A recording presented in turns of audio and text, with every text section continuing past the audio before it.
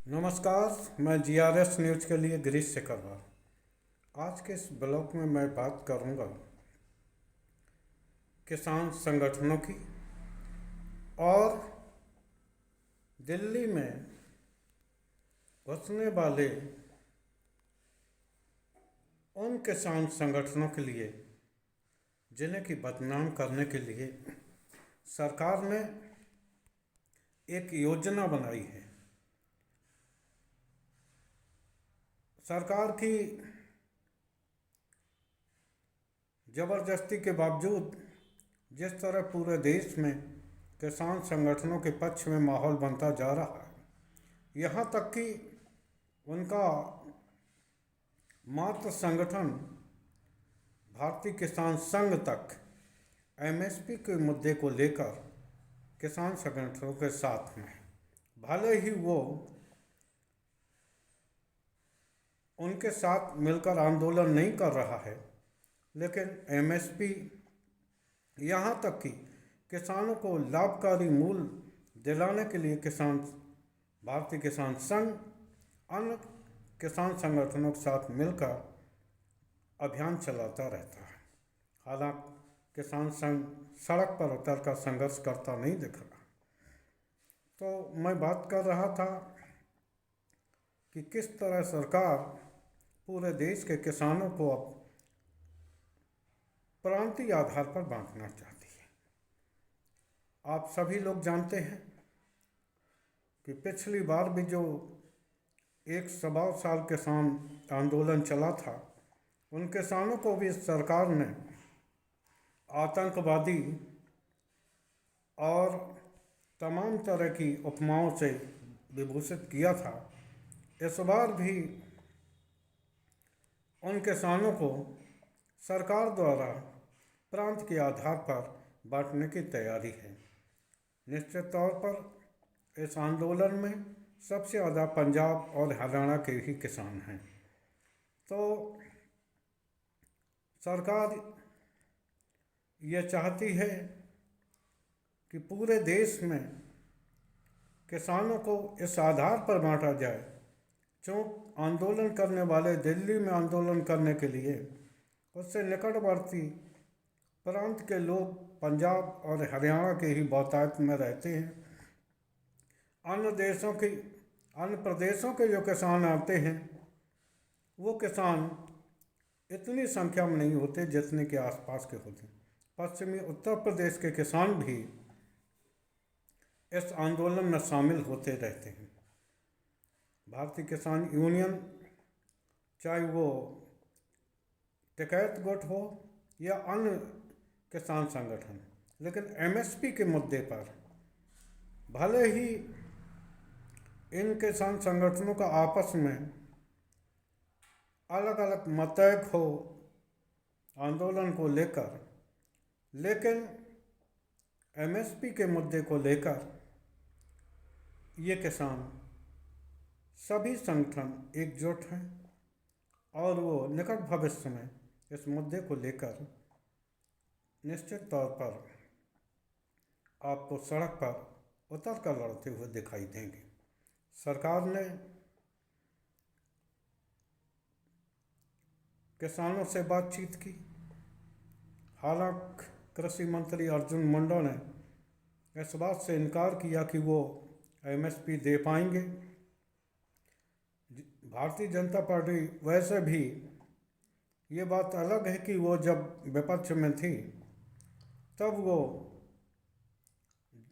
तत्कालीन मुख्यमंत्री गुजरात के जो अब प्रधानमंत्री हैं नरेंद्र मोदी जी, वो किसानों के लिए एमएसपी की बात करते थे, कानून की गारंटी देने की बात करते थे। लेकिन अब वो चूँकि प्रधानमंत्री हो गए हैं, तो अब वो इसके पक्ष में नहीं हैं। इस बात की स्वीकारोक्ति उससे भी होती है कि जब सुप्रीम कोर्ट में हलफनामा देकर सरकार ने एमएसपी दरों को देने से इनकार कर दिया था। तो जो चंडीगढ़ में 3 मंत्रियों के समूह की बैठक और किसान संगठनों की बैठक हुई, जिसमें कि स्वामीनाथन आयोग की रिपोर्ट के आधार पर C2+50 और MSP को कानूनी गारंटी देना और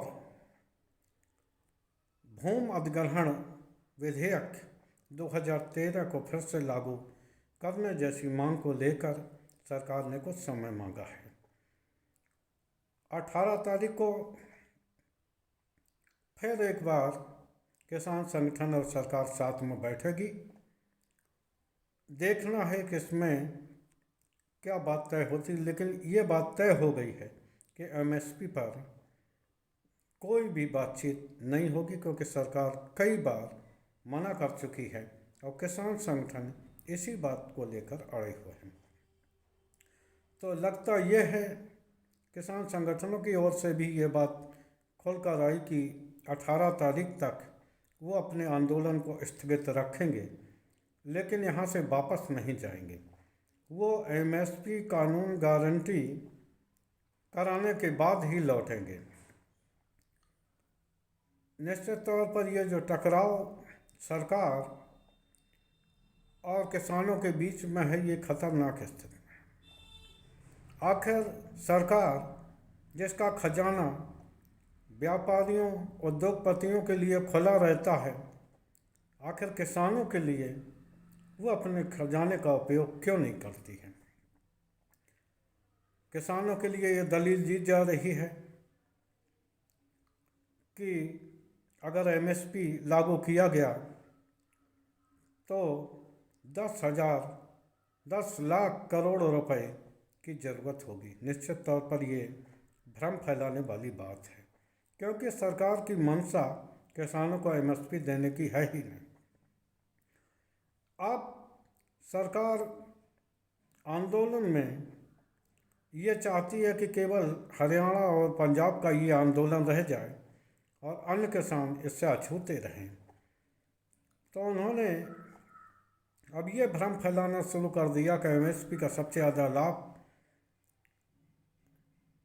पंजाब और हरियाणा के किसान ही उठाते हैं, जबकि अन्य किसान बहुत ही पीछे रह जाते हैं। ये एक ऐसी रणनीति है जिसके तहत किसानों को बांटा जा सके। जब कोई आंदोलन महिला पहलवानों का हो या किसानों का हो तो झट से उसे जाटों का आंदोलन बता दिया जाता है और ये कहा जाता है कि ये मात्र 2 प्रांतों का आंदोलन है। तो इसी प्रकार सरकार अब ये कहती है कि महाराष्ट्र और अन्य प्रांत के किसान घाटे में रहते हैं, जबकि पंजाब और हरियाणा के किसान फायदे में रहते हैं, क्योंकि इनकी कृषि लागत भी काफ़ी कम है, जबकि महाराष्ट्र की कृषि लागत बहुत ज़्यादा है। तो सरकार को मैं सुझाव देना चाहता हूँ कि अगर सरकार इसी प्रकार प्रांतों में बांटकर जब लागत का विश्लेषण कर रही है, तो क्यों ना प्रांत के आधार पर राज्य सरकारों को ये सुविधा दें कि वो अपने यहाँ लागत के अनुसार उनको किसानों को बोनस दे सके, MSP के ऊपर बोनस, जो कि सरकार ने रोक लगा रखी है। पहले की राज्य सरकारें अपने अनुसार किसानों को 100-200 रुपया कुंटल बोनस दे देती थी, जिससे कि किसानों को काफ़ी फ़ायदा होता था। लेकिन अब मोदी सरकार ने इस बोनस पर रोक लगा दी। हालांकि वो दावा करते हैं कि कृषि राज्य का विषय होता है, लेकिन क्या मोदी सरकार ये बताएगी कि जब वो कृषि सुधार के दावा करने वाले 3 कृषि विधेयक लाए थे, तो क्या उन्होंने किसी राज्य सरकार से इसकी अनुमति ली थी? निश्चित तौर पर मोदी सरकार अगर ये चाहती है कि किसानों में फूट डालकर किसी प्रकार आंदोलन को तोड़ दिया जाए, तो ये उनकी गलती होगी। पिछले किसान आंदोलन में भी मैंने कहा था कि किसान लड़ाकू कौम है। वैसे तो वह लड़ती नहीं, लेकिन अपने अधिकारों के लिए अगर लड़ेगी तो निश्चित तौर पर वो विजयी होकर ही लौटेगी। और वो विजयी हुई। किस प्रकार विजयी हुई आपने देखा। मोदी सरकार ने जो 3 अपने कानून थे उसको वापस लिया। इसी प्रकार फिर से ये किसानों की ही विजय होगी। हालांकि लड़ाई कितनी भी लंबी हो, लेकिन जो ठान लिया है, आखिर कौन सा ऐसा व्यवसाय है जो कि घाटे में चलकर अपनी फसलें बेचता है। केवल किसान ही ऐसा व्यवसाय है जो कि घाटे में रहकर अपनी फसलें बेच रहा है। किसान को 10 साल 15 साल में करीब 45 लाख करोड़ रुपए का घाटा हो चुका है, क्योंकि उनकी फसलें एमएसपी पर बिकती हैं। खैर, आज के ब्लॉग में मैं इतना ही, लेकिन सरकार को ये सुझाव है कि वो किसानों से बातचीत करे और कुछ सकारात्मक लेकर आए। अगर वो ये सोच रही है कि किसी प्रकार आंदोलन समाप्त करके और किसानों को मत ले लिया जाए, इसके बाद फिर से कुछ न दिया जाए, तो ये उनकी सर्वाधिक भूल होगी। GRS न्यूज़ के लिए मैं गिरीश सिकरवार। जय हिंद, जय भारत।